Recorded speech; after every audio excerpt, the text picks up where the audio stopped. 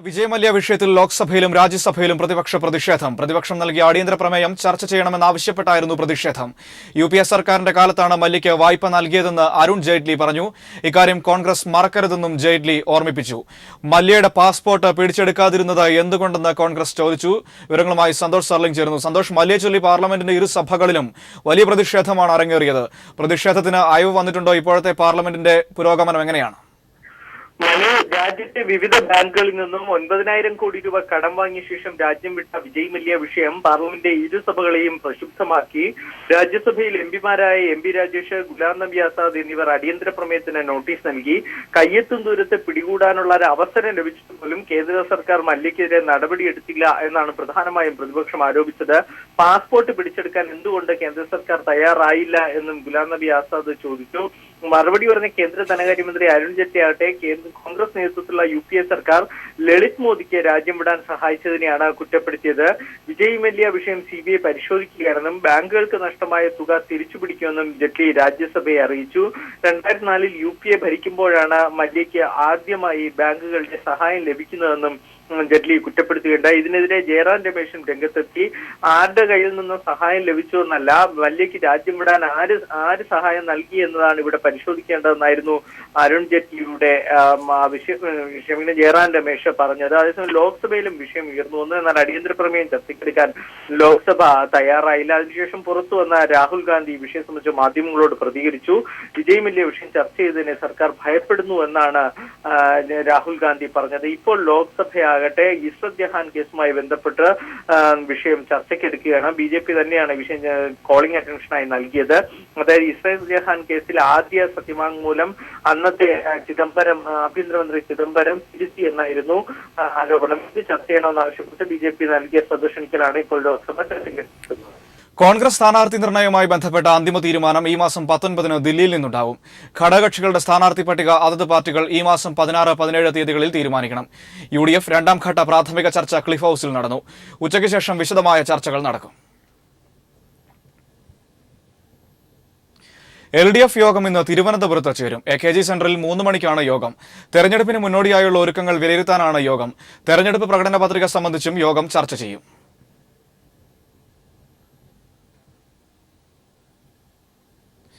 രാജ്യസഭാ സീറ്റിലേക്കുള്ള UDF സ്ഥാനാർത്ഥികൾ നാമനിർദ്ദേശ പത്രികകൾ സമർപ്പിച്ചു.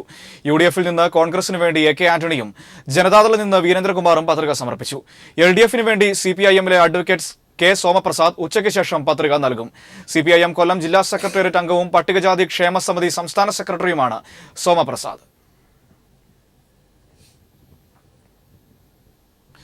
കുഞ്ഞാലിക്കുട്ടിയുടെ കത്ത് കോൺഗ്രസ് ചോർത്തിയതിൽ ലീഗിന് അതൃപ്തി. കുഞ്ഞാലിക്കുട്ടി മുഖ്യമന്ത്രിക്ക് നൽകിയ കത്താണ് ചോർന്നത്. സ്ഥാനാർത്ഥി നിർണയത്തെക്കുറിച്ച് പലതും എഴുതിയിട്ടുണ്ടാകാമെന്ന് കുഞ്ഞാലിക്കുട്ടി വ്യക്തമാക്കി. തിരുവമ്പാടി മുസ്ലിം ലീഗിന്റെ ഉറച്ച സീറ്റെന്നും സ്ഥാനാർത്ഥിയെ പ്രഖ്യാപിച്ചു കഴിഞ്ഞെന്നും കുഞ്ഞാലിക്കുട്ടി പറഞ്ഞു. തിരുവമ്പാടി സീറ്റ് ഞങ്ങൾ തീരുമാനിക്കുകയും ചെയ്തു, സ്ഥാനാർത്ഥിയെ പ്രഖ്യാപിക്കുകയും ചെയ്തു. ഇനി എന്തെങ്കിലും കാര്യമുണ്ടെങ്കിൽ അത് UDF നേതൃത്വവുമായി സംസാരിച്ചുകൊണ്ടിരിക്കുന്നുണ്ട്. അവന് കത്തൊക്കെ മുഖ്യമന്ത്രിക്ക് എഴുതിയ കത്ത് മുഖ്യമന്ത്രിയോട് സംസാരിച്ചാൽ മതിയല്ലോ. JSSലെ രാജൻ ബാബു BJPയിലേക്ക്. തീരുമാനം രാജൻ ബാബു ഇന്ന് കൊച്ചിയിൽ പ്രഖ്യാപിക്കും. ഏറെ അനിശ്ചിതത്വങ്ങൾക്കും അഭ്യൂഹങ്ങൾക്കും ഒടുവിലാണ് രാജൻ ബാബു ഒടുവിൽ BJPയിലേക്ക് പോകുന്ന കാര്യത്തിൽ തീരുമാനമായത്. മലപ്പുറം വണ്ടൂരിൽ UDFലെ തർക്കം പരിഹരിക്കാൻ സംസ്ഥാന നേതൃത്വം ഇടപെടുന്നു. 8 പഞ്ചായത്തുകളുള്ള നിയോജക മണ്ഡലത്തിൽ 5 എണ്ണത്തിലും നിലവിൽ UDF സംവിധാനമില്ല. സമവായ ശ്രമങ്ങളോട് മുസ്ലിം ലീഗ് സഹകരിക്കുമെന്നാണ് പ്രതീക്ഷയിലാണ് ജില്ലയിലെ കോൺഗ്രസ് നേതൃത്വം. മലപ്പുറം ജില്ലയിലെ മുസ്ലിം ലീഗ് കോൺഗ്രസ് തർക്കത്തിന്റെ കേന്ദ്രമാണ് വണ്ടൂർ നിയോജക മണ്ഡലം. 8 പഞ്ചായത്തുകളുള്ള മണ്ഡലത്തിൽ 5 എണ്ണത്തിലും ഇരു പാർട്ടികളും ചേരിതിരിഞ്ഞു നിൽക്കുന്നു. വണ്ടൂർ, മമ്പാട്, തുവ്വൂർ പഞ്ചായത്തുകളിൽ മാത്രമാണ് പേരിനെങ്കിലും UDF സംവിധാനമുള്ളത്. ഇരു പാർട്ടികളും തദ്ദേശ തെരഞ്ഞെടുപ്പിൽ നേരിട്ട് മത്സരിച്ചതോടെ പകുതി പഞ്ചായത്തുകളും UDFന് നഷ്ടമായിരുന്നു. കരുവാരക്കുണ്ടിൽ കോൺഗ്രസ് വിരുദ്ധ മുന്നണിയും ചോക്കാട് ലീഗ് വിരുദ്ധ മുന്നണിയും പഞ്ചായത്ത് ഭരിക്കുന്നു. രമ്യതയിൽ എത്താതിരുന്നാൽ മണ്ഡലം നഷ്ടമാവുമെന്ന് ഉറപ്പായതോടെയാണ് നേതൃത്വം ഇടപെടുന്നത്. സമവായ ശ്രമങ്ങളോട് മുസ്ലിം ലീഗ് സഹകരിക്കുമെന്നാണ് പ്രതീക്ഷിക്കുന്നതെന്ന് ജില്ലാ കോൺഗ്രസ് പ്രസിഡന്റ് E മുഹമ്മദ് കുഞ്ഞി പറഞ്ഞു. അത് യോജിച്ച് മുസ്ലിം ലീഗിന്റെ സ്ഥാനാർത്ഥികൾ മത്സരിക്കുന്ന മണ്ഡലങ്ങളിൽ എല്ലാ അർത്ഥത്തിലും മുഴുവൻ കോൺഗ്രസ്സുകാരെയും രംഗത്തിറക്കും. തിരിച്ച് കോൺഗ്രസിൻ്റെ മണ്ഡലങ്ങളിലും ലീഗിൻ്റെ ഭാഗത്തുനിന്നും അത്തരത്തിലുള്ള നീക്കം ഉണ്ടാവും. സംവരണ മണ്ഡലം കൂടിയായ വണ്ടൂർ മലപ്പുറത്തെ ആകെയുള്ള 4 കോൺഗ്രസ് മണ്ഡലങ്ങളിലൊന്നാണ്. AP അനിൽകുമാർ ജയിച്ച മണ്ഡലം. തദ്ദേശ തെരഞ്ഞെടുപ്പ് കാലത്ത് ഇരു പാർട്ടികളുടെയും നേതാക്കൾ തമ്മിൽ മാരത്തോൺ ചർച്ചകൾ നടന്നിരുന്നെങ്കിലും ഫലം കണ്ടിരുന്നില്ല. കാലുവാരലും തമ്മിൽ തല്ലും തുടർന്നാൽ മലപ്പുറത്ത് മേൽവിലാസം നഷ്ടപ്പെടുമെന്ന ഭയം കോൺഗ്രസിനുണ്ട്. മുസ്ലിം ലീഗ് വഴങ്ങിയില്ലെങ്കിൽ ജില്ലയിലെ UDF വീണ്ടും സംശയിക്കുന്നവരുടെ മുന്നണിയായി മാറും. മലപ്പുറത്ത് നിന്നും ക്യാമറാമാൻ ജയേഷ് വില്ലോടിക്കൊപ്പം KT സാലിഹ്. സ്വകാര്യ സംരംഭങ്ങൾക്കായി പൊതുജനങ്ങളിൽ നിന്ന് ഭൂമി ഏറ്റെടുത്ത് നൽകാനുള്ള നീക്കവുമായി സംസ്ഥാന സർക്കാർ. ഇതിനായി വ്യവസായ വകുപ്പ് പുതിയ ചട്ടങ്ങളും ഉത്തരവും പുറപ്പെടുവിച്ചു. വ്യക്തികൾക്കും സംരംഭകർക്കും ഭൂമി കൈമാറുന്നത് പാട്ടവ്യവസ്ഥയിലാണ്. 2013 ജൂൺ 10 മുതൽ മുൻകാല പ്രാബല്യം നൽകിയിട്ടുണ്ട്. വികസന മേഖലയുമായി ബന്ധപ്പെട്ട് 1968 കൊണ്ടുവന്ന ഉത്തരവിലാണ് വ്യവസായ വകുപ്പ് പുതിയ ചട്ടങ്ങൾ ഉണ്ടാക്കിയത്. 2013 ജൂൺ 10 മുതൽ മുൻകാല പ്രാബല്യത്തോടെയാണ് ഉത്തരവ്. ഉത്തരവിൽ ജനുവരി 30 തീയതി കാണിച്ചിട്ടുള്ളതെങ്കിലും കഴിഞ്ഞയാഴ്ചയാണ് ഇറങ്ങിയത്. സർക്കാർ ഏറ്റെടുക്കുന്ന ഭൂമി, തദ്ദേശ ഭരണ സ്ഥാപനങ്ങളും സർക്കാരും കൈമാറിയ ഭൂമി, സർക്കാർ പാട്ടത്തിനെടുത്ത ഭൂമി എന്നിവയാണ് സ്വകാര്യ വ്യക്തികൾക്ക് കൈമാറുക. ഇതിനായി ഇൻഡസ്ട്രീസ് ആൻഡ് കൊമേഴ്സ് ഡയറക്ടറുടെ നേതൃത്വത്തിൽ പ്രത്യേക അതോറിറ്റി രൂപീകരിക്കും. വ്യാവസായിക ആവശ്യമെന്ന നിർവചനത്തിൽപ്പെടുന്ന ഏതാവശ്യത്തിനും ഭൂമി പാട്ടത്തിന് നൽകും. സാധനങ്ങളുടെ നിർമ്മാണം, ഉൽപ്പാദനം, ഹോട്ടൽ, ഗോഡൌൺ, പെട്രോൾ പമ്പുകൾ, കോൾഡ് സ്റ്റോറേജ് തുടങ്ങിയവയ്ക്കും ഭൂമി നൽകും. 30 വർഷത്തേക്കാണ് പാട്ടം. വ്യവസായ വികസന മേഖലയുടെ 5% അധികരിക്കാത്ത ഭൂമിയാകും സേവന വ്യവസായങ്ങൾക്ക് അനുവദിക്കുക. പാട്ടക്കരാർ പൂർണ്ണമായി പാലിച്ചാൽ അടുത്ത 30 വർഷത്തേക്ക് കൂടി പാട്ടം നീട്ടി നൽകും. ഫലത്തിൽ വികസന മേഖലയിൽ സർക്കാരിന്റെ ഇഷ്ടത്തിനനുസരിച്ച് സാധാരണക്കാരന്റെ ഭൂമി പിടിച്ചെടുക്കുന്നതിനുള്ള ലൈസൻസായി മാറും പുതിയ ഉത്തരവ്. News bureau, Thiruvananthapuram. ആതുര ശുശ്രൂഷ രംഗത്തെ മികച്ച പ്രതിഭകളെ ആദരിക്കാൻ കൈരളി പീപ്പിൾ TV ഏർപ്പെടുത്തിയ ഡോക്ടേഴ്സ് അവാർഡുകൾ പ്രഖ്യാപിച്ചു. സർക്കാർ സർവീസിൽ നിന്നും ഡോക്ടർ ഷാഹിർ ഷാ, സന്നദ്ധ സേവന മേഖലയിൽ നിന്ന് ഡോക്ടർ YS മോഹൻകുമാർ, സ്വകാര്യ മേഖലയിൽ നിന്ന് ഡോക്ടർ PA ലളിത എന്നിവരാണ് അവാർഡിന് അർഹരായത്. മാർച്ച് 15 തിരുവല്ലയിൽ നടക്കുന്ന ചടങ്ങിൽ മലയാളത്തിന്റെ മഹാനടനും മലയാളം കമ്മ്യൂണിക്കേഷൻസ് ലിമിറ്റഡ് ചെയർമാനുമായ മമ്മൂട്ടി അവാർഡുകൾ വിതരണം ചെയ്യും. ആതുര ശുശ്രൂഷ രംഗത്തെ മികച്ച പ്രതിഭകളെ കണ്ടെത്താൻ കൈരളി പീപ്പിൾ TV ഇത് 2ാം തവണയാണ് ഡോക്ടേഴ്സ് അവാർഡ് ഏർപ്പെടുത്തുന്നത്. കേരള സർവകലാശാല മുൻ VC-യും ന്യൂറോ സർജനുമായ ഡോക്ടർ B. ഇക്ബാൽ, ജനകീയാരോഗ്യ പ്രവർത്തകൻ doctor V. Ramankutty, psychologist T. Parvathi എന്നിവരടങ്ങിയ വിധിനിർണയ സമിതി ജനകീയ നാമനിർദ്ദേശത്തിലൂടെയാണ് അവാർഡ് ജേതാക്കളെ നിശ്ചയിച്ചത്. ഒരു സർക്കാർ ആശുപത്രിയുടെ എല്ലാ പരിമിതികളോടും പടവെട്ടി അത്യന്താധുനിക സേവനങ്ങൾ ഗ്രാമീണ മേഖലയിലെ ആരോഗ്യരംഗത്ത് ലഭ്യമാക്കിയതാണ് ഡോക്ടർ ഷാഹിർ ഷായെ അവാർഡിന് അർഹനാക്കിയത്. പുനലൂർ താലൂക്ക് ആശുപത്രി സൂപ്രണ്ടാണ് ഡോക്ടർ ഷാഹിർ ഷാ. വൻകിട ആശുപത്രികളിൽ മാത്രം കണ്ടുവരുന്ന വേതനരഹിത സാധാരണ പ്രസവം ആദ്യമായി ഒരു സർക്കാർ ആശുപത്രിയിൽ നടപ്പാക്കുന്നത് പുനലൂർ താലൂക്ക് ആശുപത്രിയിലാണ്. അത്യന്താധുനിക labour suite, dialysis unit, cancer care പദ്ധതി, ഓക്സിജൻ യൂണിറ്റ് എന്നിവയെല്ലാം ഡോക്ടർ ഷാഹിർ ഷായാണ് ഇവിടെ നടപ്പിലാക്കിയത്. എൻഡോസൾഫാൻ എന്ന മാരക കീടനാശിനിയെക്കുറിച്ച് ലോകത്തെ ആദ്യമായി അറിയിക്കുകയും അവരുടെ അതിജീവനത്തിന്റെ പാതയിൽ ഊർജം പകരുകയും ചെയ്ത ആതുര ശുശ്രൂഷകനാണ് ഡോക്ടർ YS മോഹൻകുമാർ. എൻഡോസൾഫാൻ ദുരിതബാധിതരുടെ എണ്ണമറ്റ പോരാട്ടങ്ങൾക്ക് വഴിവിളക്കായത് ഡോക്ടർ മോഹൻകുമാറിന്റെ ഇടപെടലുകളായിരുന്നു. എൻഡോസൾഫാൻ ദുരിതബാധിതരുടെ പ്രിയ ഡോക്ടറാണ് ഡോക്ടർ YS മോഹൻകുമാർ.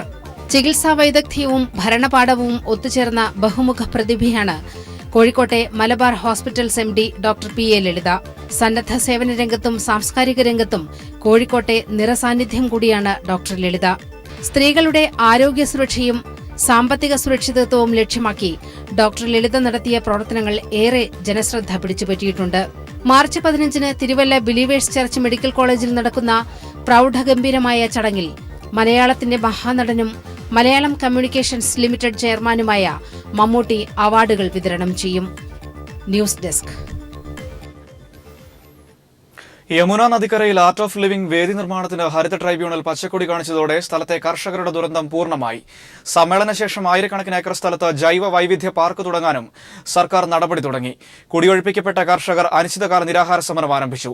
അതീവ പരിസ്ഥിതി പ്രാധാന്യമുള്ള നദീതീരം നിരപ്പാക്കിയുള്ള നിർമ്മാണം ദേശീയ ഹരിത ട്രൈബ്യൂണൽ തടഞ്ഞില്ലെന്ന ആരോപണവും ശക്തമാവുകയാണ്.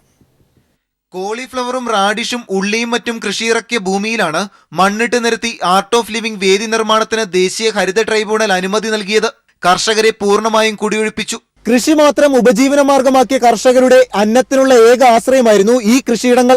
സമാനമായ ഇതേ രീതിയിലുള്ള കൃഷിയിടങ്ങളാണ് ഈ സ്ഥലത്തും ഉണ്ടായിരുന്നത്. എന്നാൽ ടൺ കണക്കിന് മണ്ണടിച്ച് ശ്രീ രവിശങ്കറിന്റെ ആർട്ട് ഓഫ് ലിവിംഗ് പ്രോഗ്രാമിനായി ഇവിടെ മണ്ണടിച്ചുകൂട്ടി തരിശു നിലമാക്കി മാറ്റി. എന്നാൽ പരിസ്ഥിതിക്ക് ദോഷമുണ്ടാക്കുന്ന യാതൊരു കാര്യവും ചെയ്തില്ലെന്നാണ് ശ്രീ രവിശങ്കർ പറയുന്നത്. എക്കൽ മണ്ണിനാൽ വിളനിലമായിരുന്ന ഇടം തരിശിടമാക്കിയെന്ന് സ്ഥലത്തെത്തുന്ന ആർക്കും ബോധ്യമാകും. പരിസ്ഥിതിക്ക് ആഘാതം തട്ടുന്ന മട്ടിൽ യാതൊരു കാര്യങ്ങളും ചെയ്തിട്ടില്ലെന്നാണ് ശ്രീ രവിശങ്കർ പറയുന്നത്. ജലസമൃദ്ധമായിരുന്ന രാജ്യതലസ്ഥാനത്തെ ഈ കൃഷിയിടത്തിന് മുകളിലാണ് ടൺ കണക്കിന് മണ്ണടിച്ച് ഈ വേദി കെട്ടിപ്പടുത്തിരിക്കുന്നത്. ഈ മണ്ണിന്റെ അടിത്തട്ടിലെ ജലാംശം കാണുമ്പോൾ തന്നെ ഇത് കൃഷിക്ക് എത്രമാത്രം അനുയോജ്യമായിരുന്ന സ്ഥലമായിരുന്നു എന്ന കാര്യം വളരെ വ്യക്തമായി സൂചിപ്പിക്കുന്നു. നശിപ്പിക്കപ്പെട്ട കൃഷിസ്ഥലം പുനർജീവിപ്പിക്കാൻ 200 കോടി വേണമെന്ന റിപ്പോർട്ട് ലഭിച്ചിട്ടും 5 കോടി മാത്രമാണ് ട്രൈബ്യൂണൽ പിഴയിട്ടത്. അനിശ്ചിതകാല നിരാഹാര സമരത്തിലാണ് കർഷക കുടുംബങ്ങൾ. जिससे खेत को नुकसान होने के कारण उन्हें अब बेरोजगार हो गए और वो भूखे मर रहे, भूख हड़ताल भी कर रहे. इससे हमें क्या फायदा होगा? പരമ്പരാഗത കൃഷിയിടം ജൈവ വൈവിധ്യ പാർക്കായി മാറ്റാൻ ആർട്ട് ഓഫ് ലിവിംഗ് സംഘടന താൽപര്യമറിയിച്ചു. ആവാസ വ്യവസ്ഥകളെ തകരാറിലാക്കിയുള്ള വേദി നിർമ്മാണ ശേഷം ജൈവ വൈവിധ്യ പാർക്കിന് കളമൊരുങ്ങുന്നതോടെ കർഷകർക്ക് കൃഷിയിടം പൂർണ്ണമായി നഷ്ടപ്പെടുകയാണ്. Manushankar, news bureau, Delhi. Vote bank ലക്ഷ്യമിട്ട് സർക്കാർ ബജറ്റിൽ പ്രഖ്യാപിച്ച സൗജന്യ അരി വിതരണം തട്ടിപ്പ്. സൗജന്യമായി അരി വിതരണം ചെയ്താൽ ലഭിക്കുന്നത് അനർഹർക്കാണ്. പദ്ധതിയിൽ നിന്ന് പുറത്താക്കപ്പെടുന്നത് 16 ലക്ഷം കുടുംബങ്ങളും. പദ്ധതിയിൽ വെട്ടിത്തിരുത്തലുകൾ വരുത്തി ജനങ്ങളെ കബളിപ്പിച്ച് സർക്കാർ സൗജന്യമായി അരി വിതരണം ചെയ്താൽ തങ്ങൾക്കുള്ള പണം ആര് നൽകുമെന്നാണ് വ്യാപാരികൾ ചോദിക്കുന്നത്. 36 ലക്ഷം BPL കുടുംബങ്ങൾക്ക് സൗജന്യമായി അരി നൽകുമെന്ന മുഖ്യമന്ത്രിയുടെ ബജറ്റ് പ്രഖ്യാപനം പിന്നീട് മന്ത്രിസഭാ യോഗം ചേർന്ന് 20 ലക്ഷം കുടുംബങ്ങൾക്കായി പരിമിതപ്പെടുത്തി. 4 വർഷം മുമ്പ് സർക്കാരും ഭക്ഷ്യവകുപ്പും തദ്ദേശ സ്ഥാപനങ്ങളും BPL ആയി അംഗീകരിച്ച 16 ലക്ഷം കുടുംബങ്ങൾക്ക് ഈ ആനുകൂല്യം ലഭിക്കില്ല. പകരം 17 വർഷം മുമ്പ് തയ്യാറാക്കിയ ദാരിദ്ര്യരേഖാ ലിസ്റ്റ് പ്രകാരമാണ് വിതരണം ചെയ്യുക. ആ ലിസ്റ്റിൽ ഉൾപ്പെട്ട 20 ലക്ഷം കുടുംബങ്ങളിൽ BPL റേഷൻ കാർഡുള്ള 6 ലക്ഷവും അനർഹരാണെന്നാണ് റേഷൻ വ്യാപാരികളുടെ ആരോപണം. അർഹതയുള്ള 14 ലക്ഷം കുടുംബങ്ങളാകട്ടെ BPL കാർഡിനായി അപേക്ഷ നൽകി കാത്തിരിക്കുകയുമാണ്. അതോടൊപ്പം മുഖ്യമന്ത്രിയുടെ ജനസമ്പർക്ക പരിപാടിയിൽ പങ്കെടുത്ത് വിവിധ ജില്ലകളിൽ അപേക്ഷ നൽകി കാത്തിരിക്കുന്ന ലക്ഷക്കണക്കിന് കുടുംബങ്ങൾക്കും ഈ പദ്ധതി അന്യമാകും. ഇതിനിടയിലാണ് BPL കുടുംബങ്ങൾക്ക് സൗജന്യമായി റേഷൻ നൽകുമെന്ന സർക്കാർ പ്രഖ്യാപനം. All India ration dealers association general secretary Babychan Mukkadan. സൗജന്യ അരി റേഷൻ വ്യാപാരികൾ പണം മുടക്കി വാങ്ങി കാർഡ് ഉടമകൾക്ക് സൗജന്യമായി കൊടുക്കണമെന്നാണ് സർക്കാർ പറയുന്നത്. പക്ഷെ റേഷൻ വ്യാപാരികൾക്ക് ഇത്രയധികം വൻതുക കിട്ടാനുള്ളപ്പോൾ ഈ അരിക്കുള്ള പണം റേഷൻ വ്യാപാരികൾ മുടക്കാൻ തയ്യാറല്ല.